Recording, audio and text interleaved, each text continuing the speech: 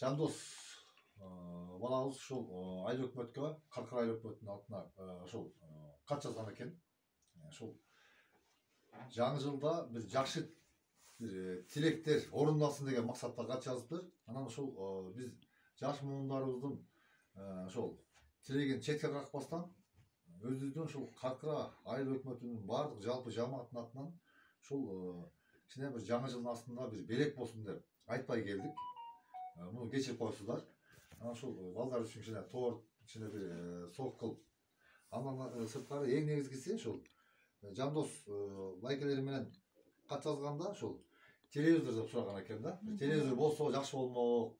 Азыркы заманга талабы депчи. Анысыкандай баарыңарга ден соолук, иштериңиздерге ийгилик болсун, үйүңүздөрдөн той кетпесин, ар дайым Расул комуңар жакшылыкка жайсын.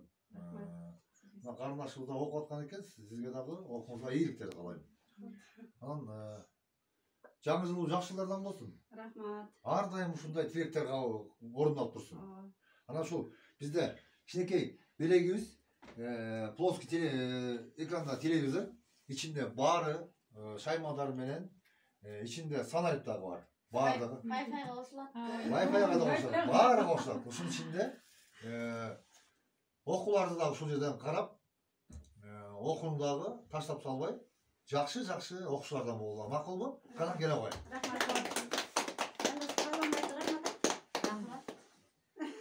Өкмөтүнө баарыңыздарга чоң рахмат. Ушинтип мен баланын мындай ой тилегин чекке какпай, ошо аткарып койгоңуздарга аябай ыраазы болдум. Биз негизи ишенген эмесмин, бирок баары бир аткарылганына аябай сүйүнүп жатам. Баарыңыздарга рахмат, ден соолук, ишиңерге ийгилик.